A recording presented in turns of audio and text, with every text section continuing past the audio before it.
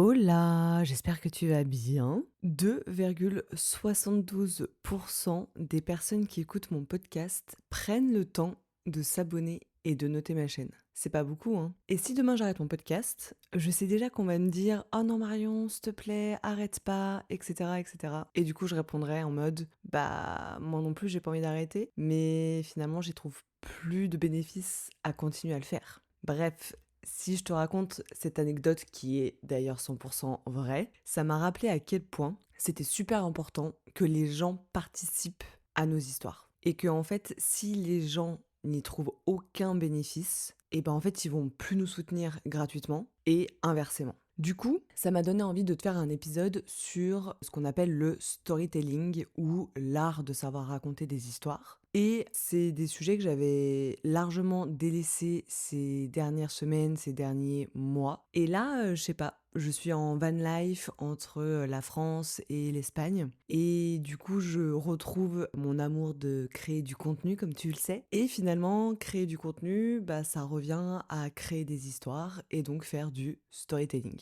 Et globalement, comme ça faisait très longtemps que j'avais pas fait de la création de contenu comme ça, et que là j'ai 2 autres projets derrière qui vont s'enchaîner, j'ai dû me reposer la question: quelle histoire j'ai envie de raconter à travers ce voyage ou là par exemple cette van life, etc. Et en fait, pourquoi je me pose ce genre de questions, c'est parce que j'ai vraiment envie que tu rentres dans mon histoire, j'ai envie que tu rentres dans mon univers, et finalement tout ça m'a donné envie de créer cet épisode qui va être littéralement une masterclass sur le storytelling, l'art de créer des histoires. Et d'ailleurs, c'est souvent des bases que je donne dans mon programme Vivre du Travel Planning, et c'est des bases fondamentales que tu peux retrouver notamment dans plein de bouquins, mais je dirais que celui qui m'a le plus appris reste à nouveau celui de Steven Bartlett sur le journal d'un CEO. Et donc l'idée là, c'est pas que je te parle du storytelling pour vendre un produit, mais vraiment du storytelling en fait qui va influencer la manière dont les humains pensent, ressentent et prennent des décisions. Et donc j'ai noté 9 choses que tu peux mettre en place et qui vont permettre à ton business, à ton toi intérieur de raconter une histoire. Et pourquoi c'est aussi important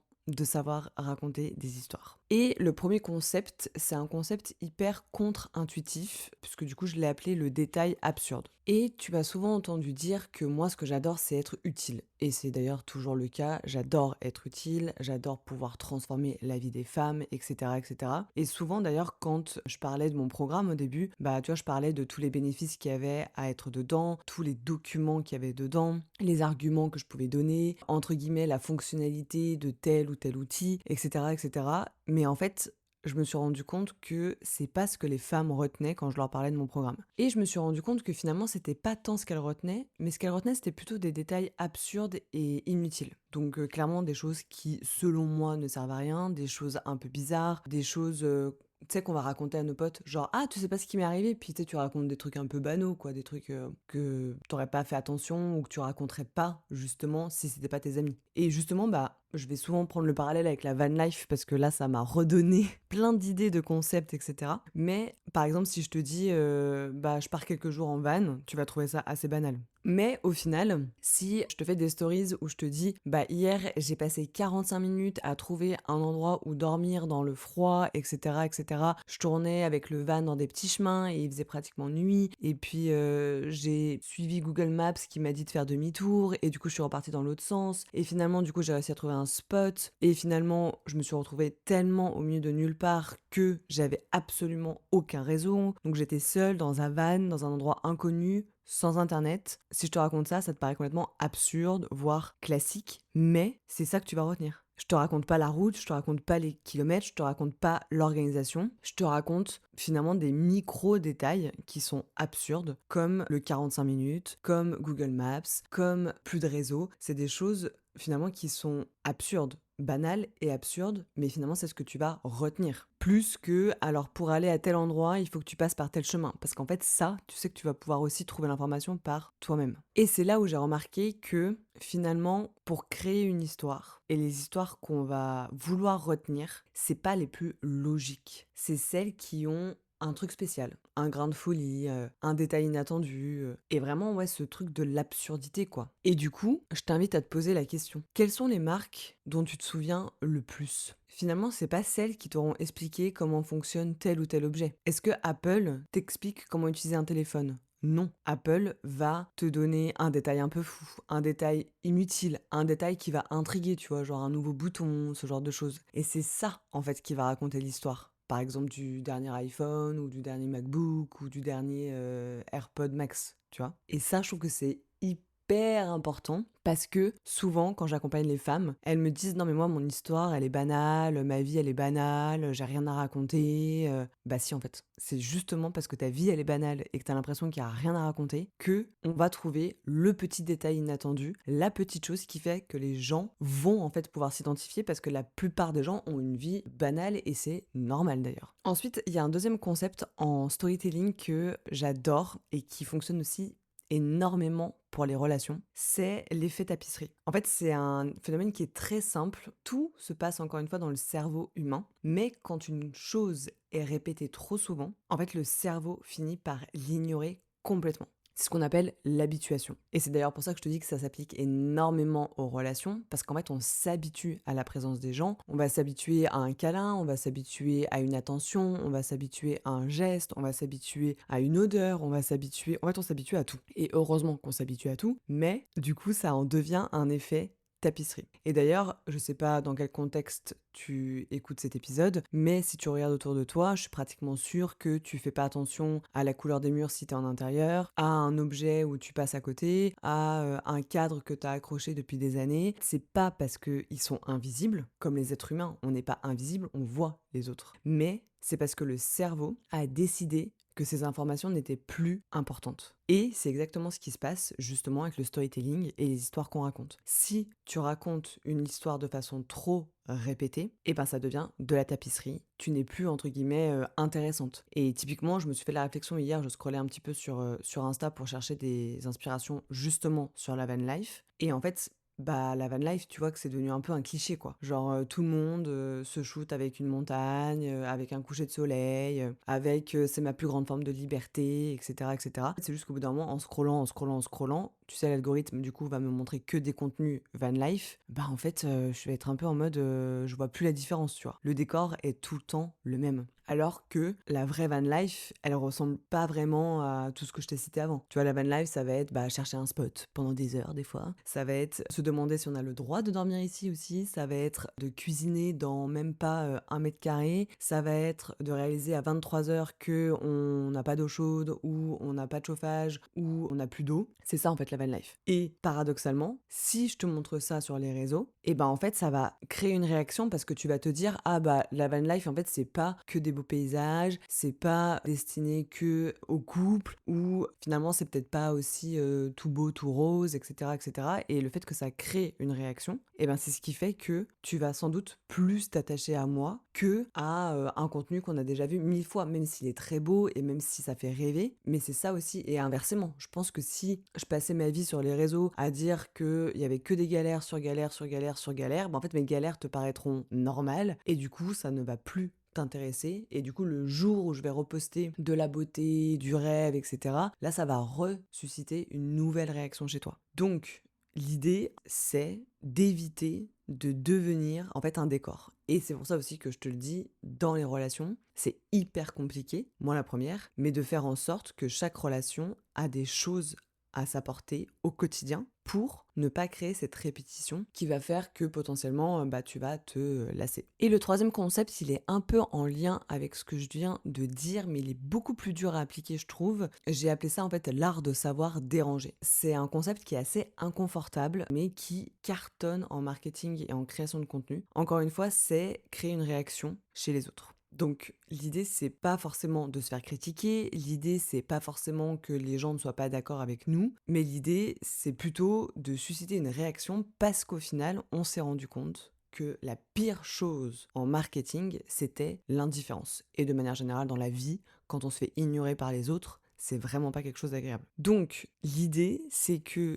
si vous voulez marquer les esprits, vous devez accepter de déranger une partie des gens. Parce que c'est au moment où vous allez vouloir plaire à tout le monde que vous allez devenir neutre et que, entre guillemets, moi je l'ai souvent dit, vous êtes un peu boring et du coup c'est là que tu deviens invisible. Et c'est quelque chose que malheureusement j'ai expérimenté ces dernières années parce que on m'a fait croire que déranger les autres c'était quelque chose de pas bien, qu'il fallait que je m'efface, que je m'éteigne, que je me fasse petite, que je sois plus douce, enfin tout ce que tu veux. Mais au final, j'ai compris que c'était ça aussi qui m'avait permis d'être là où j'en suis aujourd'hui. Et effectivement, quand j'ai commencé à parler du fait de quitter mon CDI, de vivre du voyage et d'être digital nomade, de créer un business en ligne, d'investir à Bali, en fait là, t'as deux types de réactions. T'as les gens qui trouvent ça hyper inspirant, en mode mais moi aussi je veux la même vie, c'est ça que je veux, etc. etc. Puis t'as des gens qui vont te dire que t'es complètement irréaliste,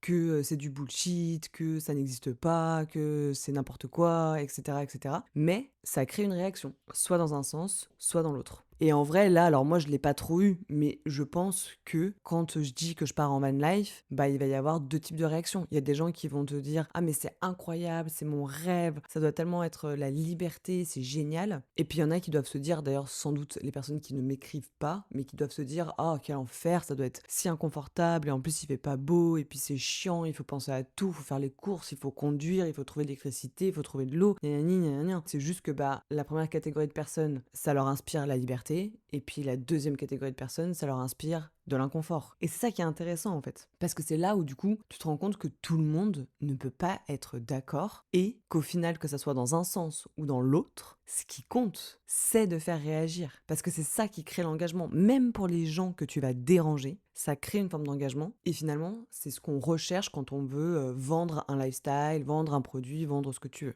Ensuite, le concept d'après, c'est un concept finalement qui est assez récent, ou en tout cas quand je vais te le dire, tu vas te dire make sense, mais c'est les 5 premières secondes. Comme tu le sais, on est dans un monde où tout se joue extrêmement vite, et en fait les 5 premières secondes vont décider de tout. C'est ce qu'on appelle communément, en tout cas dans le monde d'Instagram, avoir un hook. Et je te donne un exemple. C'est une femme qui s'appelle Pauline. Et Pauline, elle a pas dormi de la nuit. Vraiment, elle a fait des cauchemars toute la nuit. Elle a rien dormi. En plus, du coup, ce matin, elle s'est disputée avec son mari avant de partir au taf. Elle est fatiguée. Elle est partie en retard parce que du coup, lente comme jamais, parce que pas d'énergie, pas de motivation. Et puis, sur le chemin du travail, elle prend l'autoroute. Il pleut de ouf malade et elle crève. Donc tu t'en doutes, Pauline elle est stressée, elle est forcément pressée aussi et bien sûr qu'elle est énervée parce que commencer sa journée comme ça, franchement on a connu mieux. Anyway, du coup elle se met sur le bord de la route, elle sort son téléphone pour appeler du coup une dépanneuse et là elle va voir un message, ton message. Peu importe ce que tu fais dans la vie, peu importe ton business, on s'en fiche. Elle va voir ta pub, ta vidéo, ton message, que sais-je. Et du coup là, il y a une question qui est très simple. Qu'est-ce qu'à ce moment-là, tu vas dire pour capter son attention? Parce que si tu es capable de capter l'attention de quelqu'un qui est dans cet état-là, c'est que tu peux capter l'attention de n'importe qui. Et c'est en ça que Instagram est très très très fort. Si tu as le bon hook sur tes réseaux, tu arriveras à capter l'attention de n'importe qui, même de quelqu'un qui va très mal. Et j'en suis la preuve, parce qu'il y a quelques mois, vraiment, j'étais pas bien, pas bien, pas bien du tout. Et il y a des personnes qui arrivaient très bien à catcher mon attention sur les réseaux, malgré le fait que j'avais pas forcément envie de voir ou de parler de certains sujets, tu vois. Donc, l'idée, ça nous rappelle une chose importante, c'est que les humains aujourd'hui n'ont plus vraiment d'attention. Et c'est marrant d'ailleurs parce que j'entends souvent la phrase que les humains aujourd'hui ils ont une capacité d'attention digne de poisson rouge. Alors je suis pas totalement pas d'accord, mais je suis pas totalement d'accord. Dans le sens où je pense que ça dépend pourquoi. Quand il s'agit de regarder 10 épisodes de Netflix, ou que tu veux regarder un film qui dure 3 heures, ou que tu veux lire un bouquin de 300 pages qui te passionne, là, bizarrement, t'as une bonne capacité d'attention. Donc, c'est là où je dis que je suis d'accord et pas d'accord, c'est qu'à mon avis, effectivement, la plupart des humains sont de moins en moins capables d'être attentifs et concentrés, mais que ça va dépendre de l'intérêt qu'ils ont pour le sujet en question. Typiquement, un salarié qui n'est pas attentif dans son job, c'est que probablement il ne trouve aucun intérêt à son job. Tu mets à l'opposé un mec qui est passionné par son taf, même en étant salarié, genre mon petit frère, lui il a une capacité d'attention sur son taf qui est assez exceptionnelle. Et là c'est la même chose. Tu vois, si par exemple je commence une story face cam et que je te dis je suis en van life cette semaine, Tu vas te dire, bon, bah, cool, quoi, comme la plupart des gens, quoi. Mais si je commence ma story en te disant, tain, les gars, cette nuit, c'était horrible, le parking où j'ai dormi, j'étais au milieu de nulle part, et en plus, j'avais pas de réseau, et je sais pas, j'ai eu l'impression qu'il y avait quelqu'un qui frappait à la porte, franchement, c'était horrible. Bah là, en fait, je vais créer ce qu'on appelle une tension avec ton cerveau. Tu vas avoir envie de savoir ce qui se passe après, au même titre, encore une fois, qu'un film ou qu'une série. Et c'est pour ça que raconter des histoires, savoir raconter des histoires, c'est hyper important. Et justement, du coup, il y a un autre principe psychologique qui influence énormément la manière dont on va voir une histoire. J'ai appelé ça le cadre. C'est vraiment très très simple. C'est pas tellement ce qui se passe qui va compter. C'est encore une fois la manière dont ça va être présenté. Et il y a un exemple très parlant qu'on utilise beaucoup en marketing. Si je te dis un aliment est maigre à 90%. Et si je te dis un aliment contient 10% de matière grasse, selon toi, quelle est la meilleure perception? Bien sûr que la meilleure perception, ça va être de prendre un aliment maigre à 90%. C'est beaucoup plus sympa de se dire qu'on achète un produit qui est maigre à 90% plutôt que de se dire qu'on achète un produit qui est 10% gras, quoi. Et pourtant, c'est la même chose. Il n'y a rien qui est vrai, il n'y a rien qui est faux dans ce que je dis. C'est juste une question de percevoir l'information et de comment on la raconte. Et donc là, si je reprends mon exemple avec la van life et que je te dis, ce matin, je me suis réveillée dans un van, bah en fait tu vas pouvoir te dire que ça peut être inconfortable, que ça demande trop d'improvisation, que c'est de la galère. Alors que si je te dis bah ce matin je me suis réveillée dans un van, dans un paysage exceptionnel, tout de suite l'image que tu vas avoir de mon histoire sera complètement différente. Et pourtant, bah c'est le même van, c'était la même nuit et c'était le même réveil. Donc c'est vraiment une question de perception. Donc l'idée, comme je te l'ai déjà dit, et je pense que tu l'as très bien vu aussi sur mes réseaux, c'est que raconter une histoire, en fait, ça revient pas à mentir. Et de toute façon, il faut jamais mentir parce que tout finit par se savoir. Mais par contre, il faut savoir choisir le bon cadre pour raconter ta réalité. Et du coup, ça m'emmène à un autre biais psychologique qui influence énormément nos décisions, et d'ailleurs souvent on s'en rend pas compte, c'est ce qu'on appelle l'effet boucle d'or. Donc ça, c'est pas moi qui l'ai créé, hein, c'est vraiment un effet qui a été avéré. Et le principe, il est assez simple. Quand il faut prendre une décision, le cerveau, il va constamment chercher des repères, des choses qu'il connaît déjà. Parce que la vérité, c'est qu'en général, on se rend pas vraiment compte et on connaît pas vraiment d'ailleurs la vraie valeur des choses. Donc on va regarder le contexte. Et c'est là que l'effet boucle d'or arrive. C'est un concept qui est vraiment très très simple. On va prendre 3 options. Tu auras une option très chère, tu auras une option très bon marché et tu auras une option au milieu. Psychologiquement, les gens vont choisir l'option du milieu. Parce que souvent, l'option la plus chère, elle paraît du coup excessive. Et souvent, l'option la moins chère, elle paraît soit risquée, soit un peu bas de gamme, ou tu vois, un peu en mode genre non mais là si j'achète ça, je vais devoir le racheter dans 3 semaines, tu vois le genre. Celle du milieu, c'est celle qui devient la plus raisonnable. Et là, on fait appel à un biais cognitif très puissant parce que c'est pas une question de valeur, c'est une question de comparaison. Et encore une fois, je te prends le parallèle là avec la van life. En vrai, le van, ça peut te paraître moins confortable qu'un hôtel. Donc c'est sûr que si je te propose un hôtel confortable et dormir dans un van, potentiellement tu vas choisir l'hôtel confortable. Mais si je te dis, t'as le choix entre un hôtel banal, t'as le choix entre un van au milieu d'un paysage exceptionnel, full liberté, full nature. Et troisième option, t'as le choix d'être dans une suite de luxe à 1 200 € la nuit. D'un coup, le van va te paraître la meilleure option. Parce que, en fait, il va contenir l'équilibre parfait entre l'expérience, la liberté et l'aventure, mais sans tomber dans l'excès. Et en même temps, tu auras vécu quelque chose d'un peu atypique, plus qu'un hôtel un peu banal, quoi. Et c'est là que du coup, on se rend compte de quelque chose d'assez fascinant, c'est que la valeur des choses, ce n'est qu'un point de vue. Et c'est d'ailleurs pour ça que moi j'adore parler d'argent et de perception de l'argent, money mindset, tout ça. Par exemple, le prix de mon programme n'aura pas la même valeur aux yeux des femmes. Et j'en ai jamais parlé sur ce podcast parce qu'en vrai, voilà, c'est propre à chacune. Mais il y en a, quand j'annonce mon prix, elles trouvent ça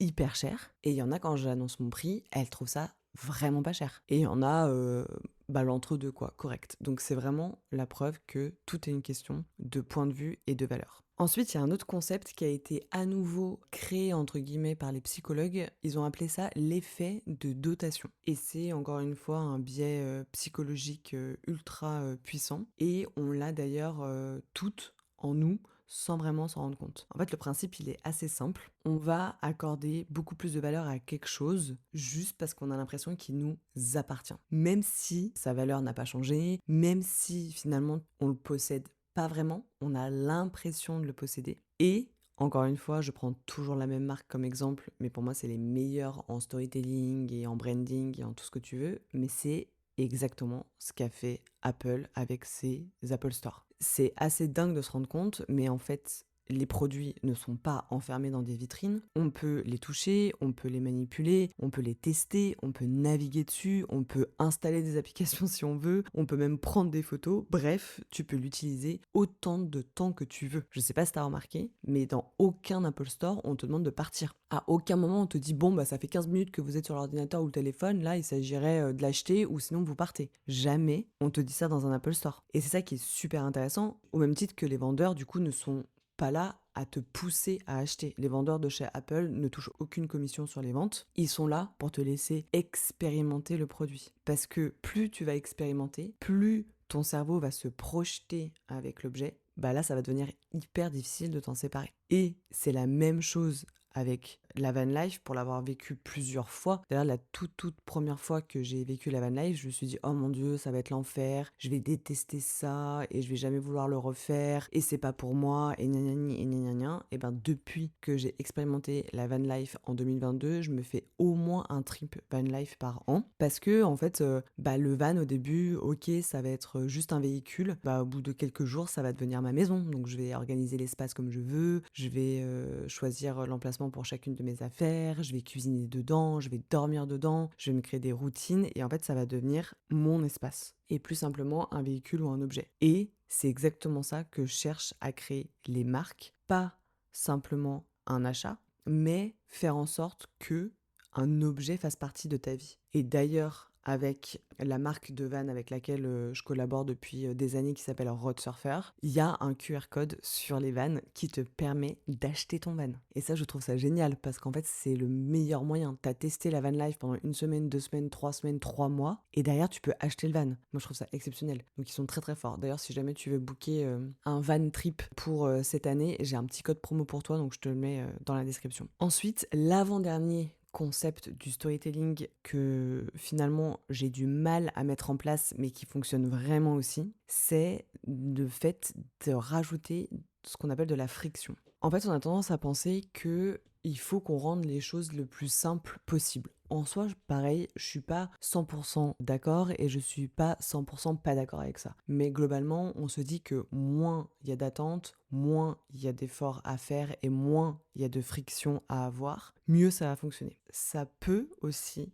à l'inverse, quand il y a un peu de friction, donc bien sûr qu'il faut savoir doser, ça peut augmenter la valeur perçue d'une expérience. Donc, c'est pour ça qu'en général, moi la première, je trouvais aberrant les restaurants où on devait cuire sa propre viande. Parce que, limite, c'est un peu bizarre, quoi. Si tu vas au restaurant pour cuire ta viande, autant que tu le fasses chez toi. Et en fait, ça cartonne trop bien. Pourquoi ? Parce que ça déclenche certains mécanismes psychologiques, comme par exemple le fait de participer à une expérience. Ça, c'est quelque chose, et moi la première, hein, pourquoi est-ce que j'ai envie de voyager ? Pourquoi est-ce que j'ai envie à chaque fois de revenir avec plein de souvenirs ? Parce que j'ai envie de participer à une expérience, j'ai envie de vivre des choses. Ensuite, le fait que la personne cuise elle-même sa viande, et ben du coup, elle a aucune attente sur le plat qui arrive.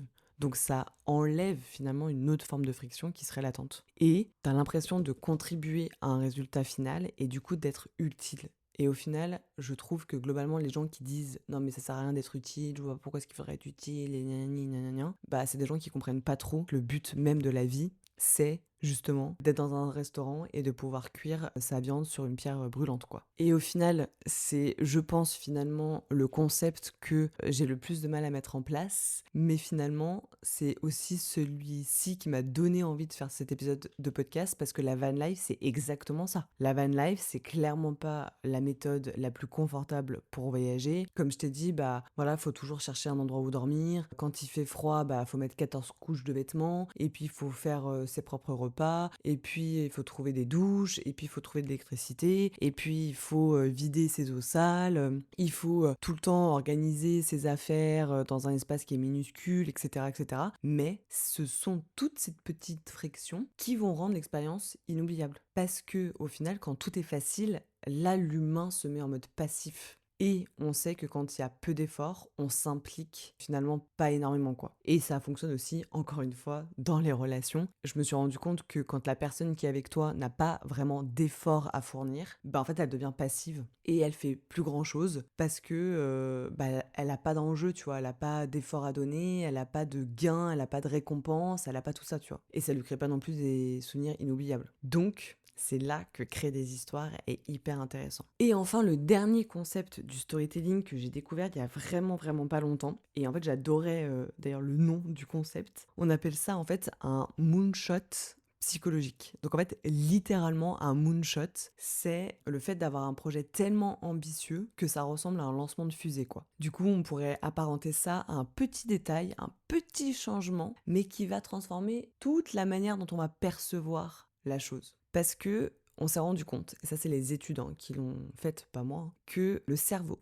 va retenir deux choses, deux moments. Il va retenir le moment le plus intense de l'expérience et il va retenir la fin. Et je pense qu'on aura toutes expérimenté ça une fois dans sa vie, mais je te donne l'exemple de tu vas dîner avec ton mec, tout se passe parfaitement bien, et à la fin du repas, tu sais pas pourquoi, il va te faire une remarque de merde, et ben en fait tu vas retenir ça et ça va engendrer toute l'humeur de la soirée. Ou par exemple, sans parler de ça, imaginons, je sais pas, l'addition elle arrive et ils ont rajouté un truc que t'as pas commandé sur l'addition. Bah forcément, ta perception du restaurant va pas être aussi bonne que si limite ils avaient fait un geste commercial dans l'autre sens, quoi. Aussi, je prends souvent l'exemple des avions, surtout sur les avions retour après des vacances, tu vois, tu t'imagines, t'as passé 2 semaines aux Seychelles, exceptionnel, lune de miel, nanani nanana. Et pareil, ton mec qui te fait une réflexion de merde dans l'avion retour, ton voyage va te paraître moins bien sans cette réflexion. Et c'est la même chose aussi que je me suis dit pour la van life. Au final, dans quelques semaines, dans quelques mois, je vais sans doute pas me rappeler de tous les kilomètres que j'aurais parcourus, je vais sans doute pas me rappeler de toutes les routes que j'aurais faites, ni de tous les parkings où j'aurais dormi, mais par contre, je pense que potentiellement, je vais me rappeler d'un beau sunrise ou d'un beau sunset,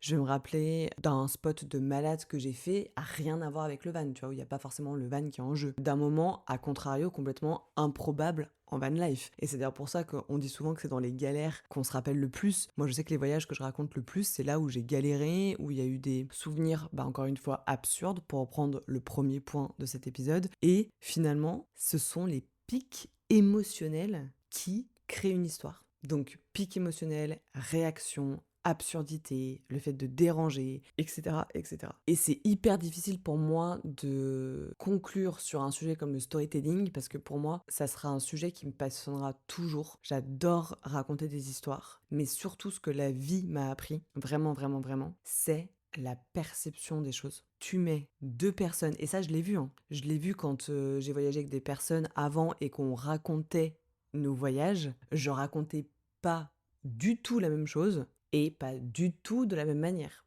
Parce que tu mets deux personnes dans un van face à un paysage de malade ou, à contrario, face à un paysage banal. Pour la première personne, ça sera banal, ça sera pas très excitant, ouais, bah voilà quoi, y a rien. Et pour la deuxième personne, ça va être incroyable, ça va être un paysage de dingo parce que ça va être sa forme de liberté. Et pourtant, les deux personnes vont regarder exactement la même chose, exactement au même moment, mais elles n'auront pas la même perception. Et c'est exactement ça dans nos vies. Moi, tu peux prendre une autre créatrice de contenu qui fait le même job que moi, qui va faire le même voyage que moi, qui va avoir le même genre de relation que moi, avec le même genre de projet que moi. Et pourtant, on va raconter deux histoires complètement différentes. Et c'est d'ailleurs pour ça que dans le business, dans mes relations, dans ma vie, je me suis jamais sentie, je pense, en compétition ou en concurrence avec les autres, parce que je sais que dans tous les cas, je vais raconter mon histoire avec ma perception, mon prisme, mon expérience passée,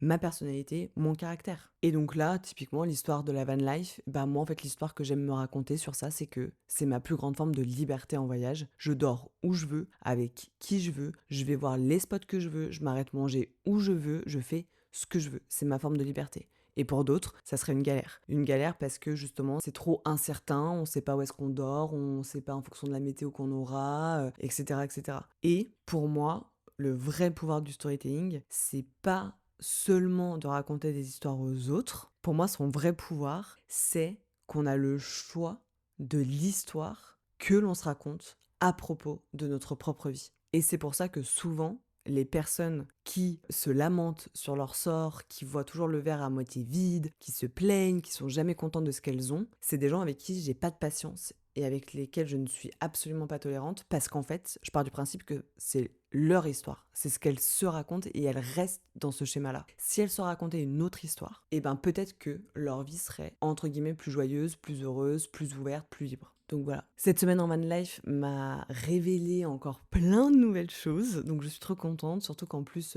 l'Europe à la base c'est quand même pas non plus la région que j'affectionne le plus, mais en van life je trouve que vraiment il se passe un truc exceptionnel. Donc j'espère que cet épisode t'aura inspiré en tout cas à te rendre compte que tu es la propre actrice de ton histoire, que tu te racontes l'histoire que tu veux et que finalement c'est le plus important parce que c'est ta vie, ton histoire, ton moment et qu'en fait personne d'autre n'a droit de dire t'as raison ou t'as tort. C'est ta perception et du coup l'art de savoir raconter des histoires est hyper importante même quand ta vie entre guillemets te paraît banale. Merci d'avoir écouté cet épisode et du coup je te retrouve la semaine prochaine pour un nouvel épisode de La Comète.